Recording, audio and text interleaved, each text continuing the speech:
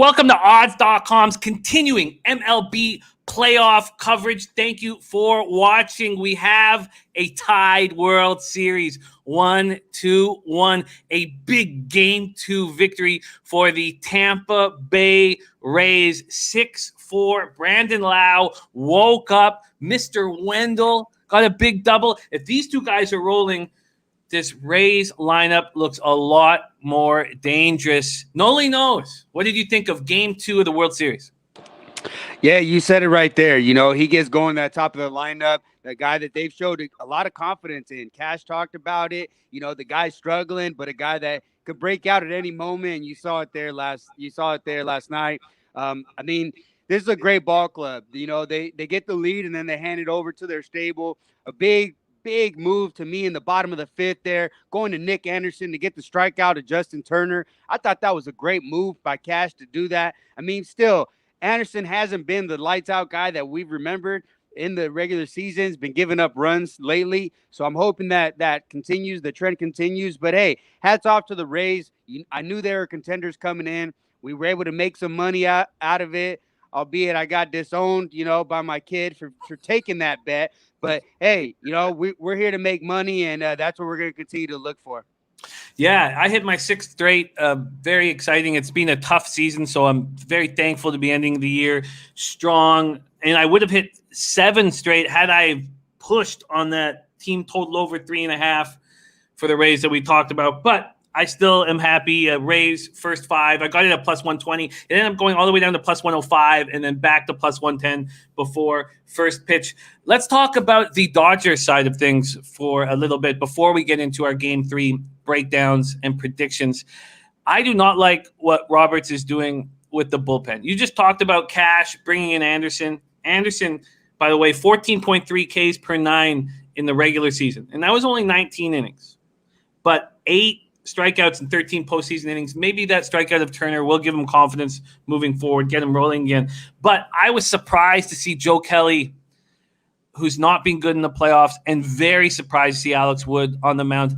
I don't understand why Roberts feels like he can only bring out his best relievers when he's ahead. I think that mindset is going to cost the Dodgers, and he's lucky that it didn't cost them in Game 2. We look at the best relievers on the Dodgers. From the right side, Trinan, Gratterall, Baez, Jansen. From the left, Victor Gonzalez, Jake McGee. And we saw McGee. We didn't see any of these right-handers that this Dodgers team needs. What are your feelings on how Roberts has handled the bullpen in this series? Yeah, I think that's always been a concern for me and for a lot of Dodger fans in general. You know, we've always questioned his moves in the postseason, and here again, getting a little too cute. I thought the first move, though, albeit going to Floro, was caught me by surprise, and he looked really impressive. But to me, even that, he takes him out one at bat too early, getting a little too cute with the righty-lefty matchup. I understand he didn't want him to see Meadows, a left-handed batter, but I think you leave him in there for that one more at bat.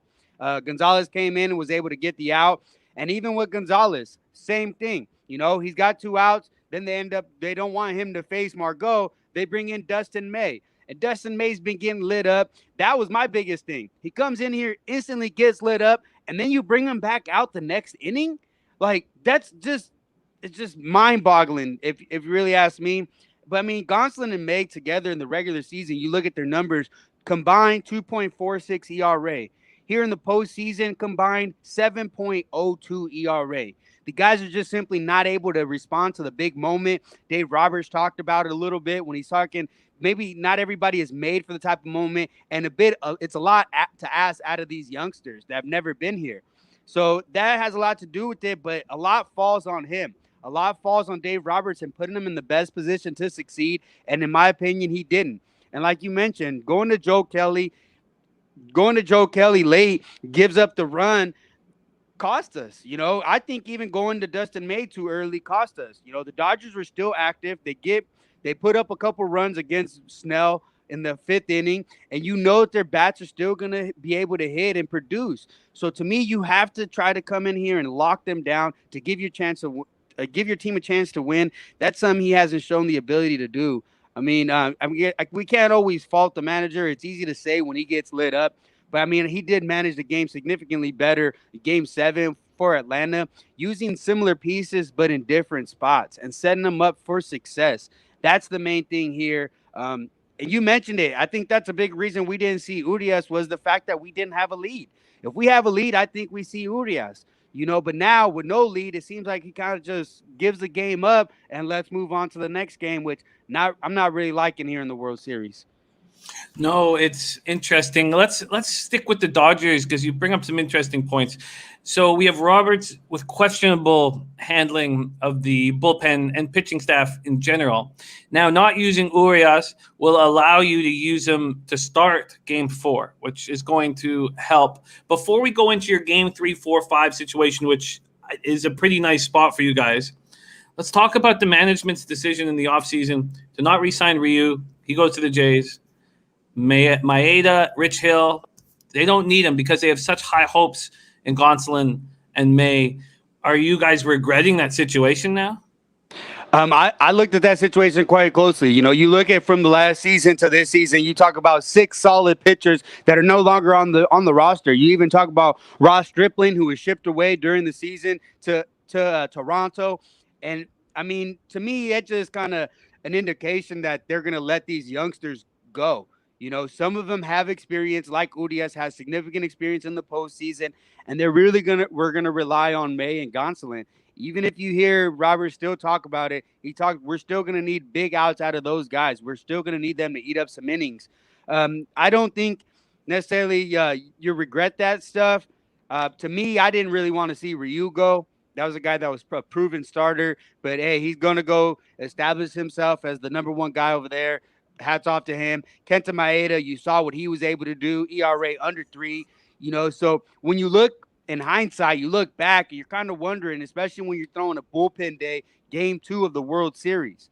That is you question that, but hey, we can't keep everybody. And there's a lot of youngsters coming up. There's even more in the farm system. Some that the Dodgers have always gone after is pitching. And that's why they succeed. So, I mean, me, when I look at it, I'm happy that they're giving these kids a chance.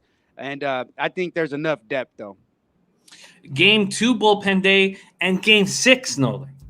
Game 6 is going to be a bullpen day if it gets there. How do you feel about the situation for the Dodgers? You have Buehler Game 3, Urias Game 4, Kershaw Game 5. A big thing. The reason I didn't like yesterday's game significantly was the fact of rest. I thought yesterday we got to see a little of the advantage of them having 2 days off, and even Cash alluded to it. He mentioned that their guys are rested. You look Castillo, he looked phenomenal, albeit just 3 pitches, but a speed K is always a great thing. And I just think the fact that the Dodgers are going to have some more rest if it ends up going to the Game 6. The pitchers that we're going to use are going to have more rest than they came into yesterday. So that is a great sign. And when we're looking at these next 3 starts, guys on regular rest, that is a great sign for the Dodgers, specifically here with Walker Buehler in this game, but it's still setting up for a great run here for these next 3 starts. You got Charlie Morton, and then we'll see them go to a bullpen game. So let's not forget that they do have a great stable, but hey, this is a great series, man. A lot of different angles, a lot of different things. Not really an expected World Series, but I'm extremely happy that these 2 teams are facing off. No doubt. And Morton now will be available for a possible Game 7 as well. All right, let's attack Game 3 right now. This is very exciting. Game 3, World Series tied 1-1. Globe Life Field, Arlington. It's going to be cold. 52 Fahrenheit. And it's going to be windy. And this is going to be the first time that we've seen Globe Life where it's very windy and it's not in. It's not straight out either. It's going to be sideways out to right field. If you look on the baseball sites, it says it's 15 miles per hour, which is a lot. If you look on the weather sites, it's 14 or 13. So I'm going to go with 14 miles per hour sideways out to right. We have Walker Buehler against Charlie Morton. Let's start with Buehler. 1-0, 3.44 ERA, 0.95 whip, 36 2/3, 42 Ks, 11 walks. Look at his postseason numbers. 1.89 ERA, 1-0, but a 1.37 whip. The whip is high because the walks are high. He's throwing as many walks in 19 postseason innings as he did in 36 and two-thirds regular season innings. But 29 Ks in 19 innings is very impressive. In 2020 against lefties, lefties hit 176 off him with a 552 OPS. Righties a 180 average, but a 658 OPS. A little bit more power from the righties. And we look at this Rays lineup. We already mentioned what it looks like when Brandon Lau is rolling, what it looks like when Mr. Wendell is rolling. What about Manuel Margot, who is starting to look like the superstar that we thought he could be when he started his career over in San Diego? So what are your expectations of Walker Buehler game 3? I mean, when you talk about the walks, that's really a red flag when you initially look at it. But one thing that I saw very promising was his last start: 6 strikeouts, 0 walks against an Atlanta team that's been really patient. They were still able to get a few hits, but he was able to get out of a lot of jams. He's looking a lot better. He talks about his blisters, plural. I guess there was multiple, but to me, no excuse to have it linger that long. But still, he seems to have figured it out. And you look, even dealing with this blister late in September, just a 1.54 ERA. And you mentioned it, 1.89 here in the postseason. And there's a lot of things that I'm really liking out of Buehler. He's looked really strong, going deep into games. He threw 100 pitches before that last start against Atlanta in Game 6, and comes out looking stronger than he did the time before. We mentioned it. He didn't see a 3-0 count, not one time. So he looks like his command is getting a lot better and able to use all of his pitches. This is a guy, his advanced metrics will indicate that his numbers are for real. He's got a ton of spin rate on his fastball and his curveball. That's something that you look for a lot of deception and the strikeouts. And I mentioned that right there, strikeouts. That's a prop that's been cashing on both sides here. And that's maybe an angle that I might be attacking depending on what I get, depending on the juice, really. The juice will eat you alive sometimes with these. But Walker Buehler's been lights out. And you said some of these guys are starting to catch fire. They showed that they were able to string a few hits together there in Game 1. They continue with 8 different guys getting a hit yesterday. And that's huge. You know, that's a lineup that's what they need. They need everybody to contribute. They're not huge on home runs, but they can hit the gaps. They do have a lot of doubles. They take a lot of walks. So they do look pretty good coming into the game. But I mentioned it with the Dodgers facing Blake Snell.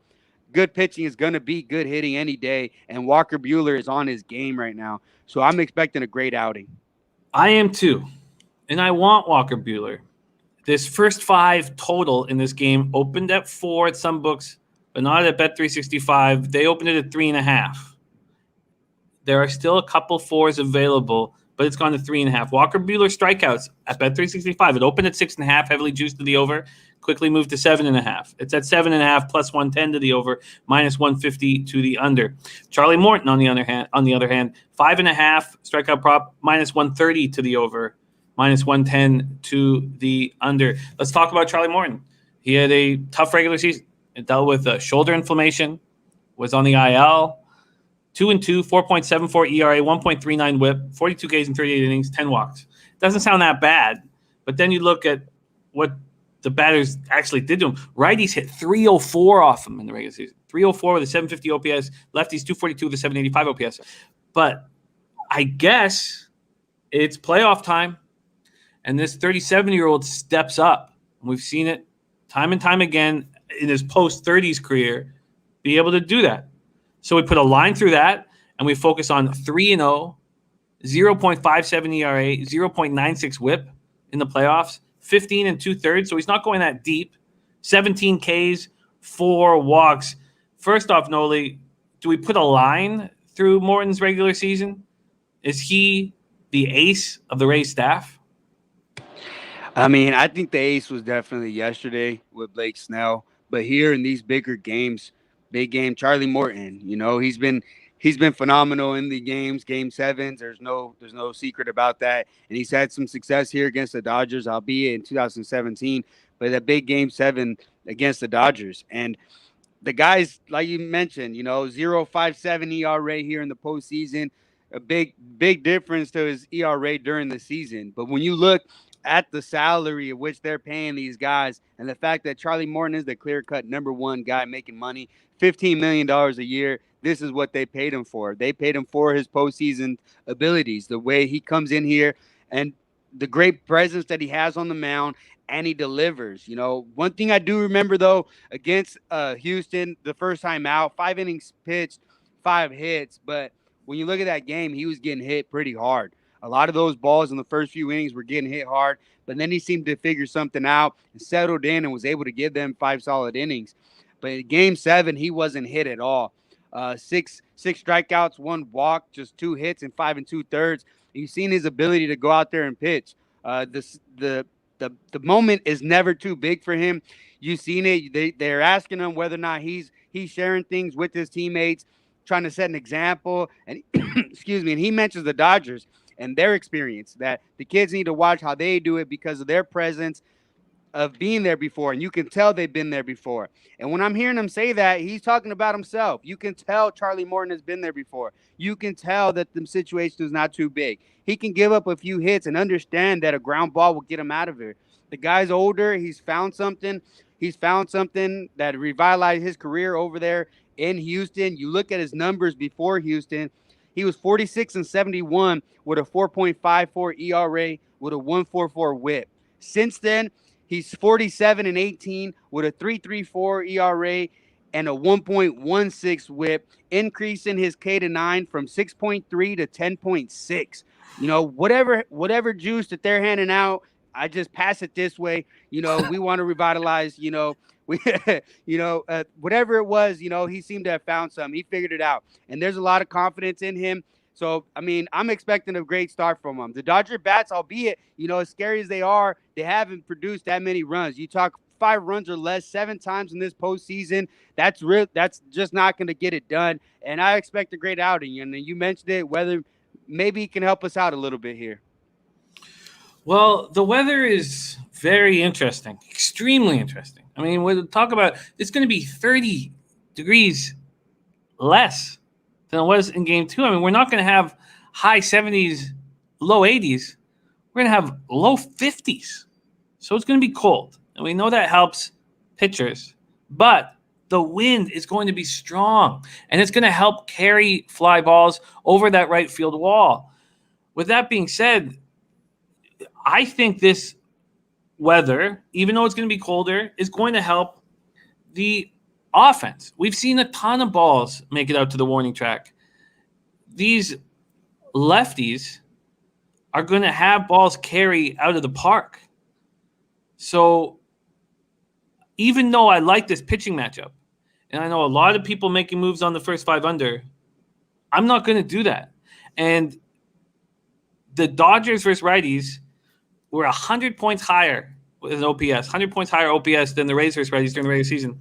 Now, during the playoffs, both teams have gone against, the best righties in the league, and 229, 735 OPS for the Dodgers, 212, 701 OPS for the Rays.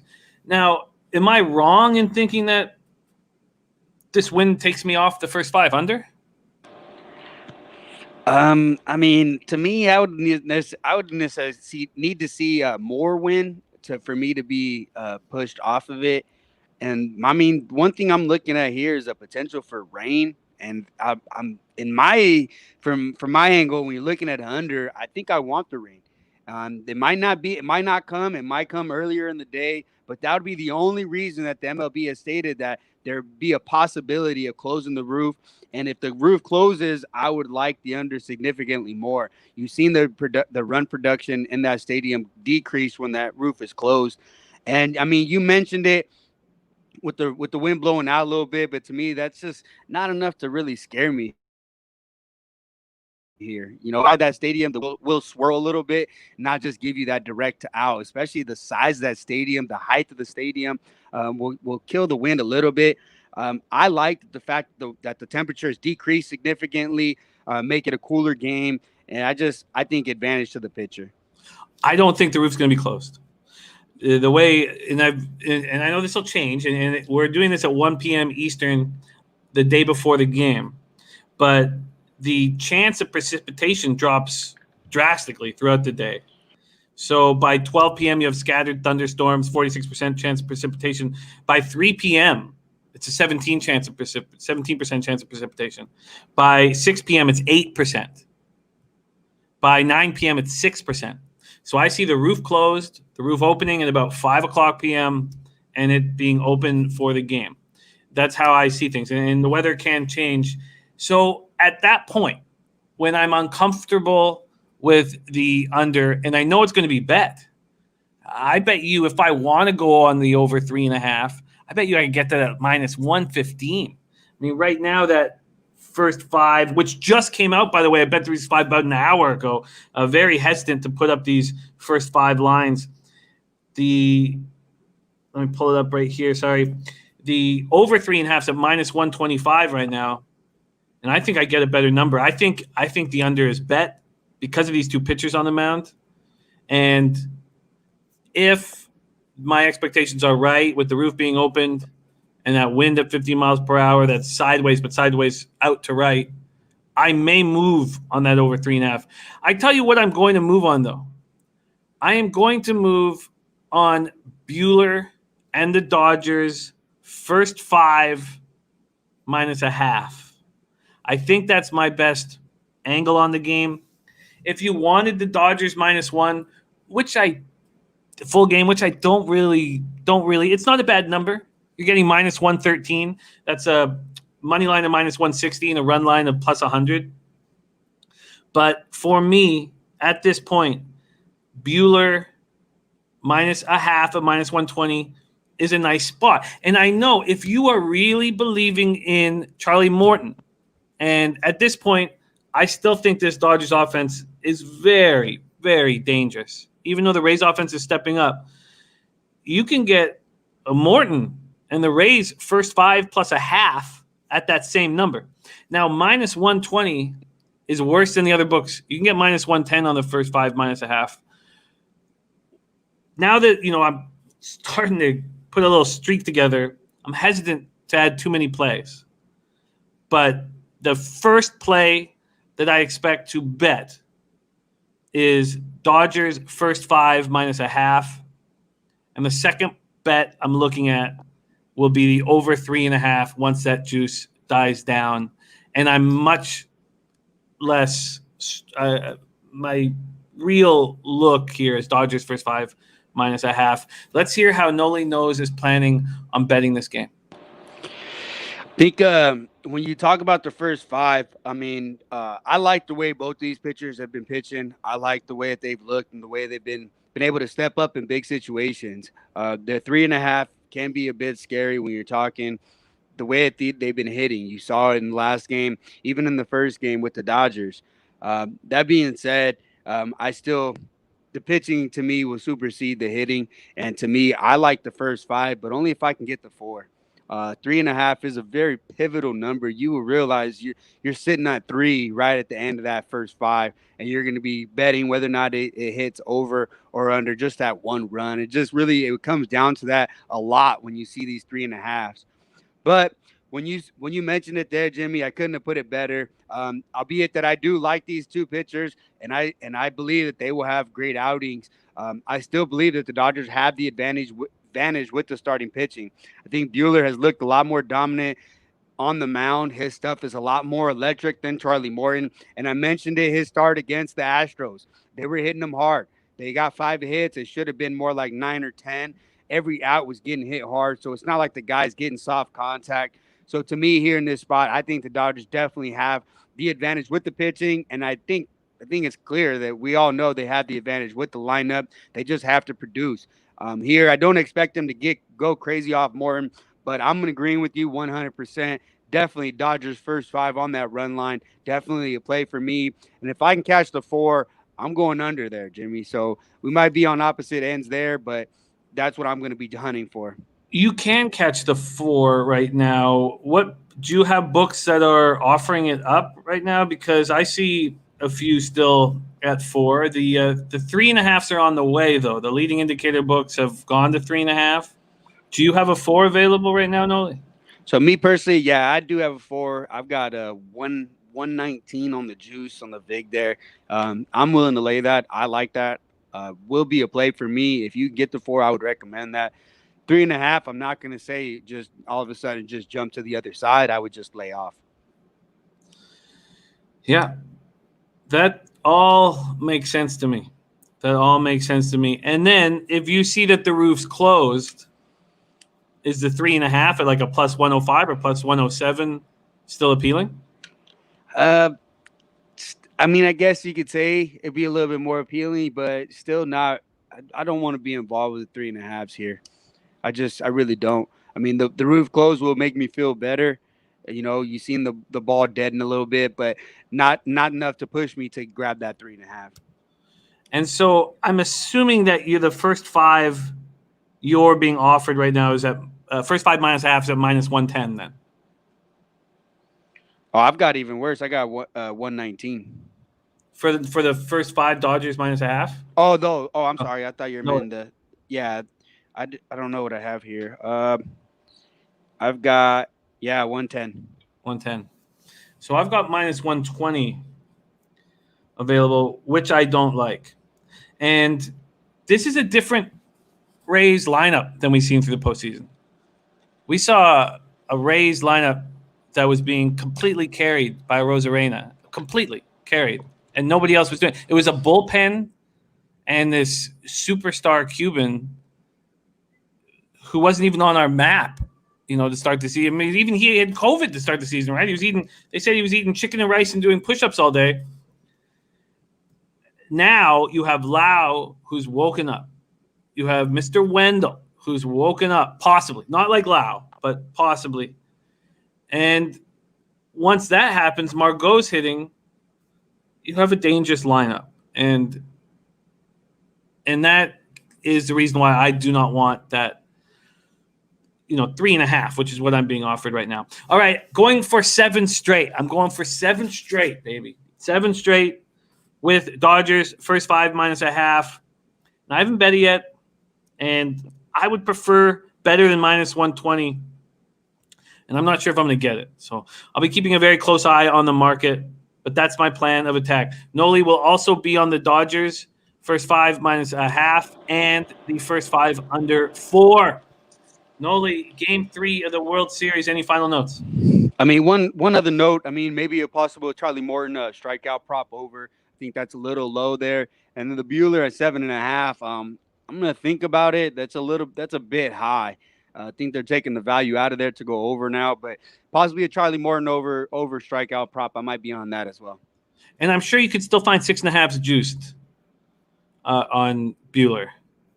But here at Bet365, they've moved it to 7.5. They've been getting beat up quite badly on these spots. And interestingly enough, Nolly, the first 4.5 innings that's offered at Bet365, minus a half for the Dodgers is minus 130.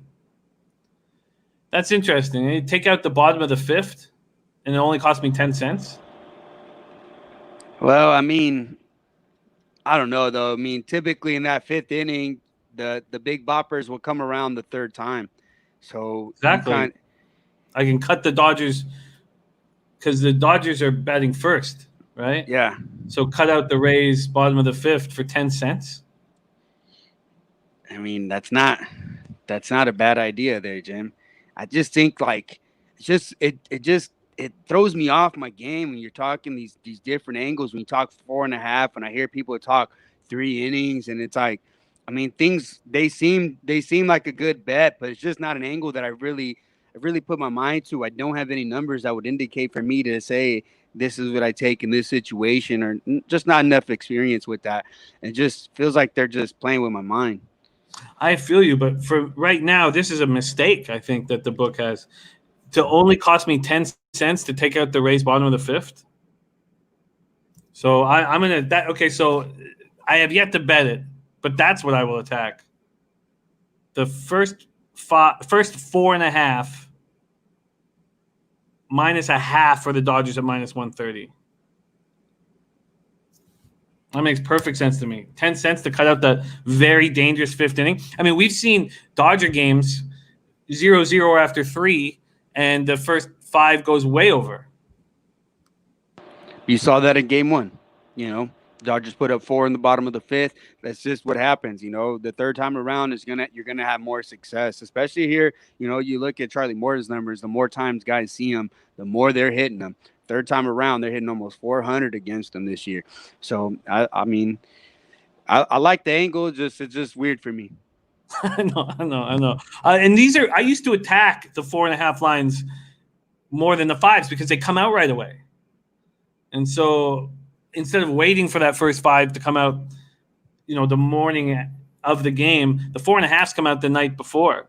I'm going to attack this one. I've changed my plan. I'm going to attack this, and I'm going to bet it. There you go. There is our Game 3 breakdown with Nolly Knows and myself. Thank you guys so much for watching. Hit the subscribe, hit the like, and also check us out on Twitter at odds110. And check out odds.com for all your gambling needs. Thank you guys so much for watching. Nolly, Game 3, 32 years without a World Series. Pumped up. I mean, I was excited after game 1, maybe it's coming, and then, hit the brakes. It's not so easy to win a title. So, hey, I'm excited still, and let's go Dodgers. Okay. All right. Thank you guys for watching. Good luck.